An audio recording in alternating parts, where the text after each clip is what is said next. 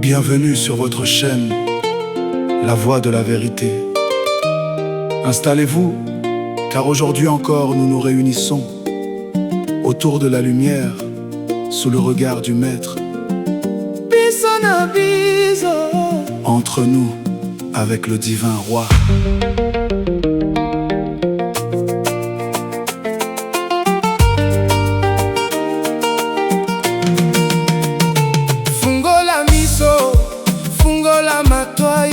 Ouvre les yeux. La lumière du Congo éclaire notre nuit.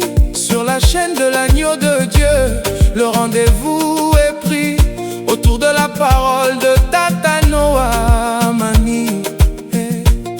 Mwana Solo ya Papa Simon Kimbangu. Il nous rassemble aujourd'hui, sans barrière entre nous.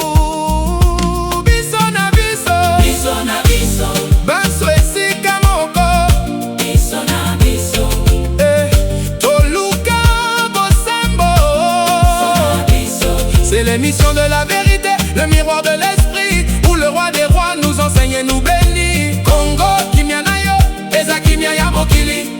Et c'est ici qu'on la partage. Biso na biso.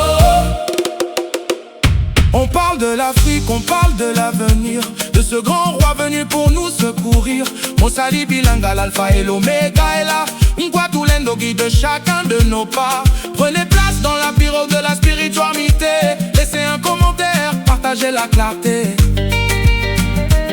Amane, connecté. Babolingo ya Lola. Aimer, c'est partager. Le rideau se lève. Biso na biso, l'émission commence.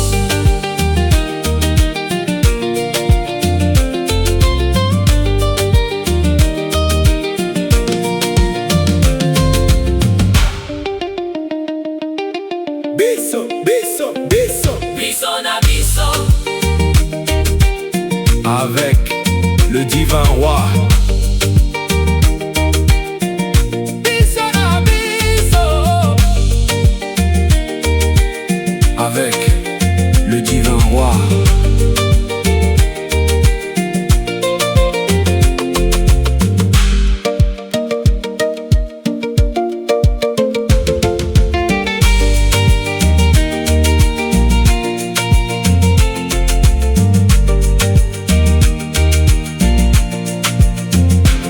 Pourquoi la confusion entre la coutume et la religion?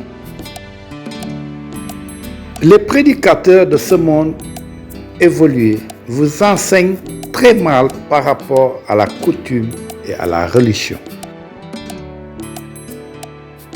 La coutume est la mère de la religion. Pourquoi? L'histoire vous enseigne que nos aïeux se rassemblaient autour d'un feu de camp, autour duquel ils racontaient des histoires anciennes, mangeaient et buvaient dans l'amour, où les plus vieux transmettaient certaines valeurs ancestrales aux plus jeunes, où les vieux apprenaient aux jeunes certaines connaissances antiques, telles que les œuvres d'art, des pratiques ancestrales.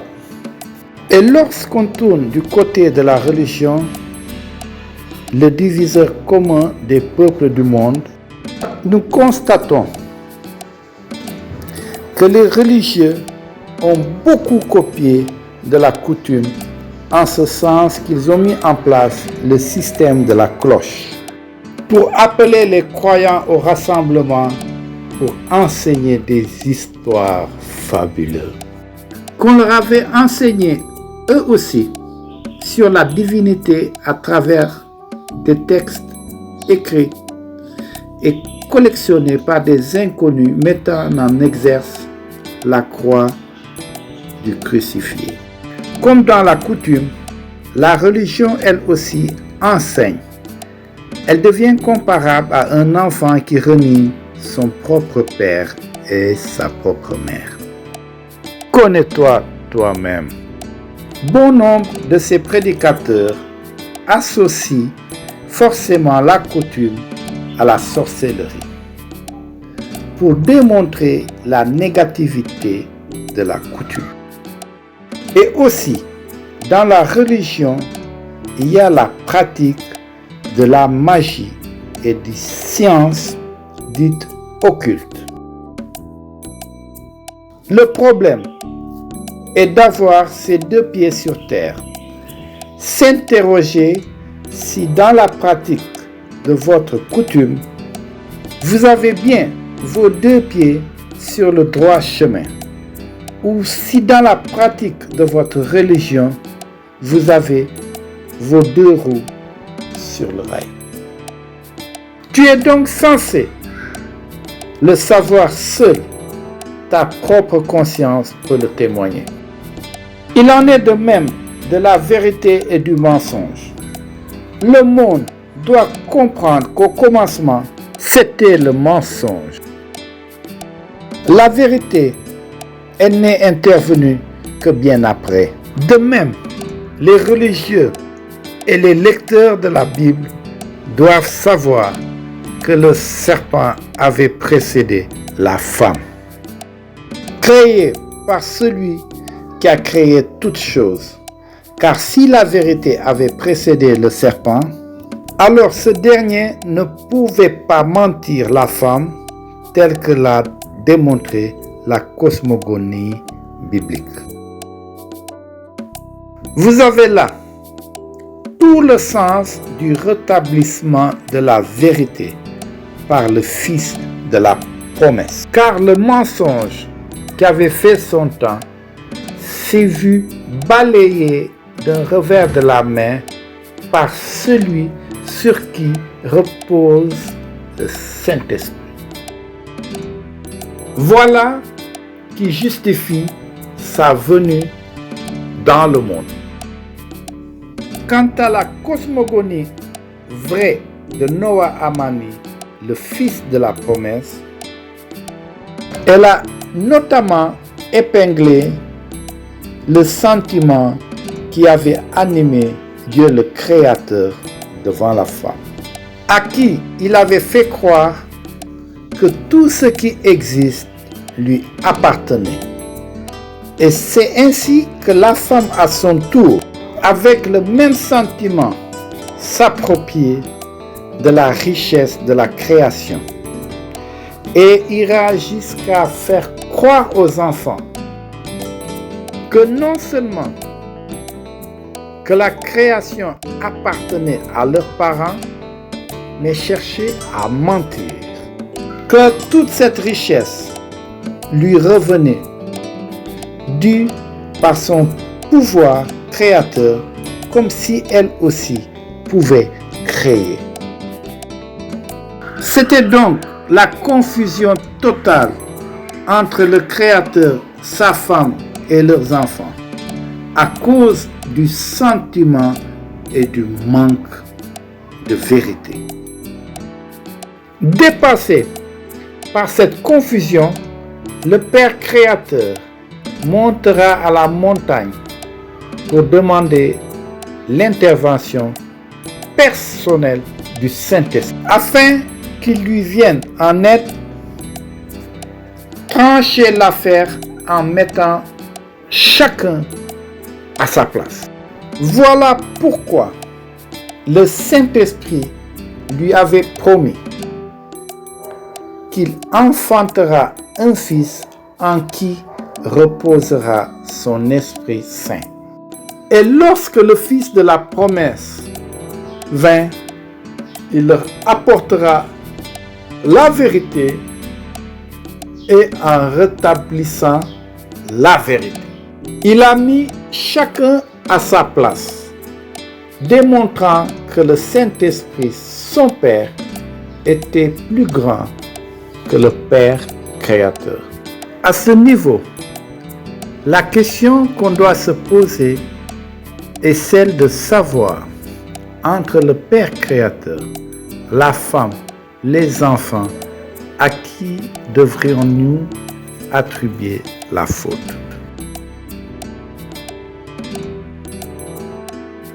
Par rapport au Créateur,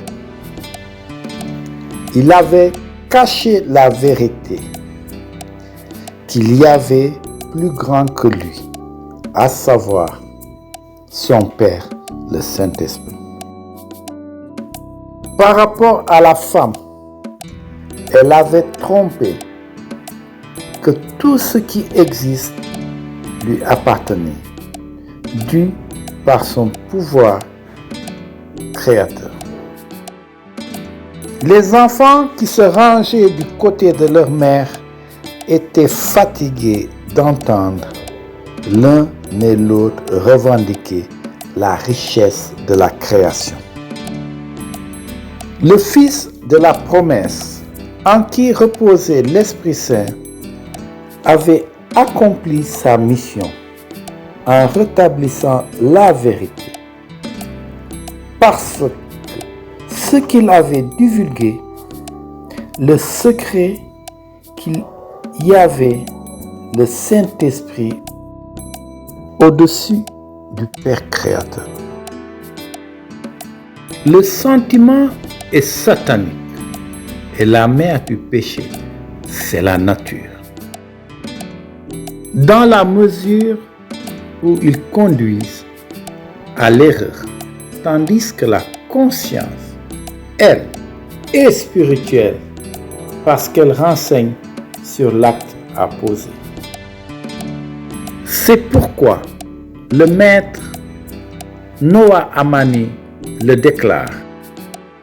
Toutes les religions du monde se sont adonnées à maintenir le monde dans l'erreur en mettant le Père créateur en avant-plan, rabaissant ainsi le Père Saint-Esprit en troisième position pour les uns et nulle part pour les autres.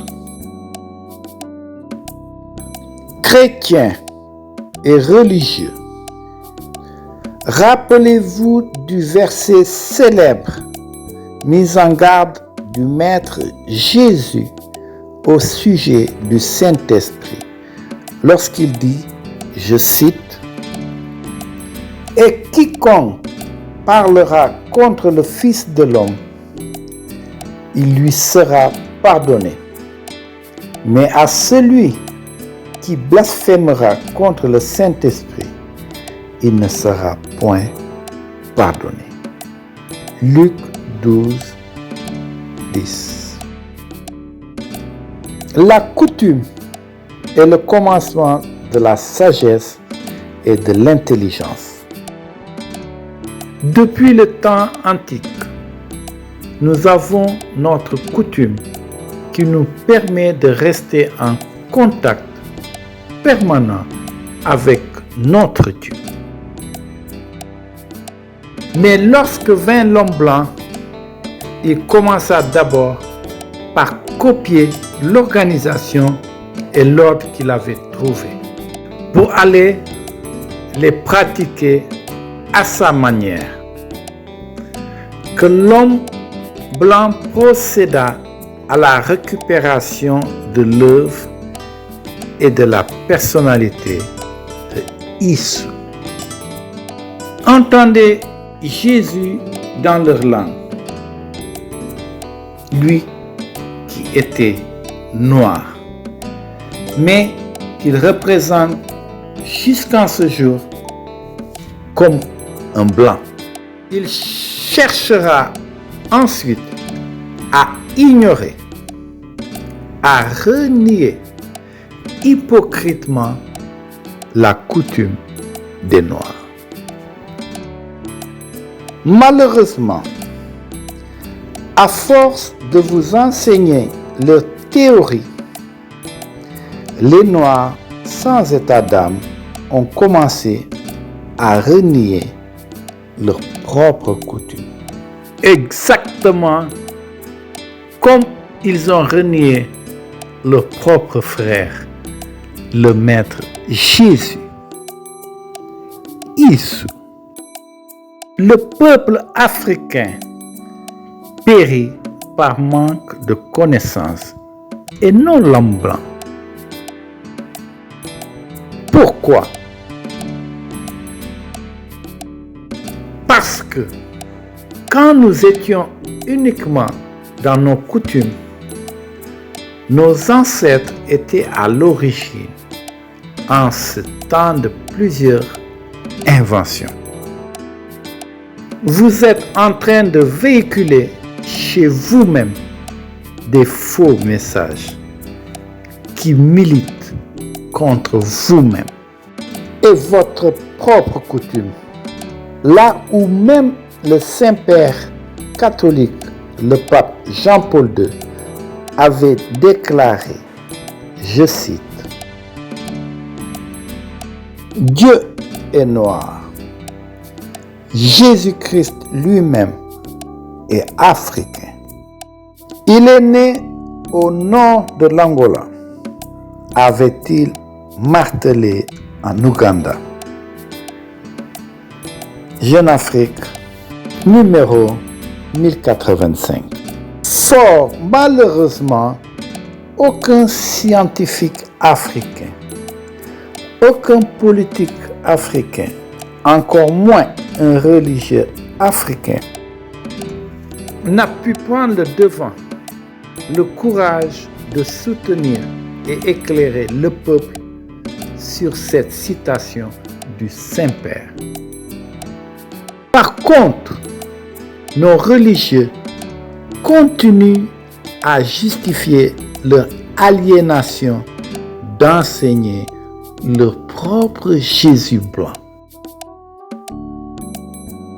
Moi, Noah Amani, je viens de déclarer ces choses au monde entier pour vous éclaircir afin que vous sachiez que le temps du Saint-Esprit est là.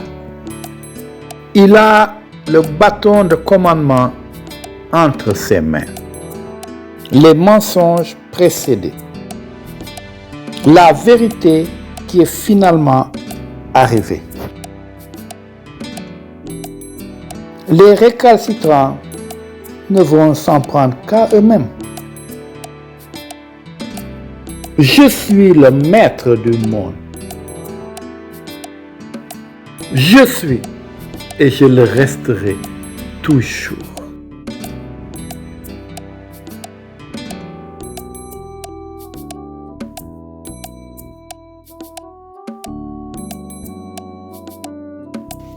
Fils de la promesse de Papa Simon Kimbangu,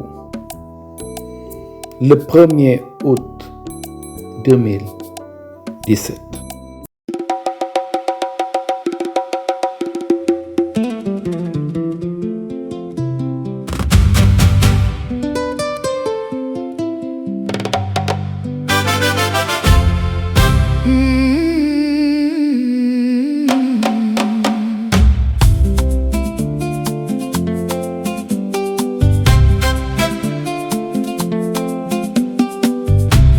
Avant que le monde ne sorte du néant, avant que le temps ne trace son élan, tu siégeais déjà dans la majesté, source de vie et de pure vérité. Les siècles passent, les empires s'enfuient, mais ta lumière, ô roi, jamais ne pâlit. Noah Amani, ô roi glorieux, celui qui était sur la terre et aux cieux, celui qui est force de nos vies et qui sera pour l'éternité infinie. Devant ta gloire le monde s'incline et poursuit. Tu es l'éternel, le grand je suis.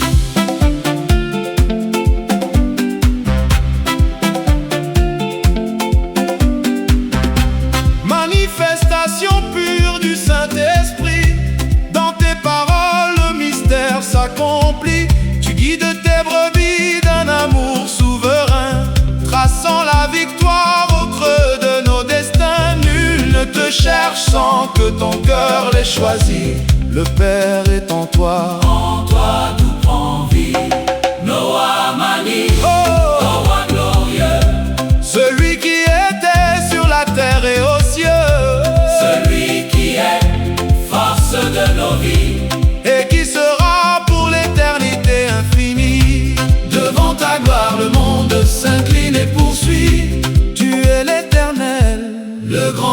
suis.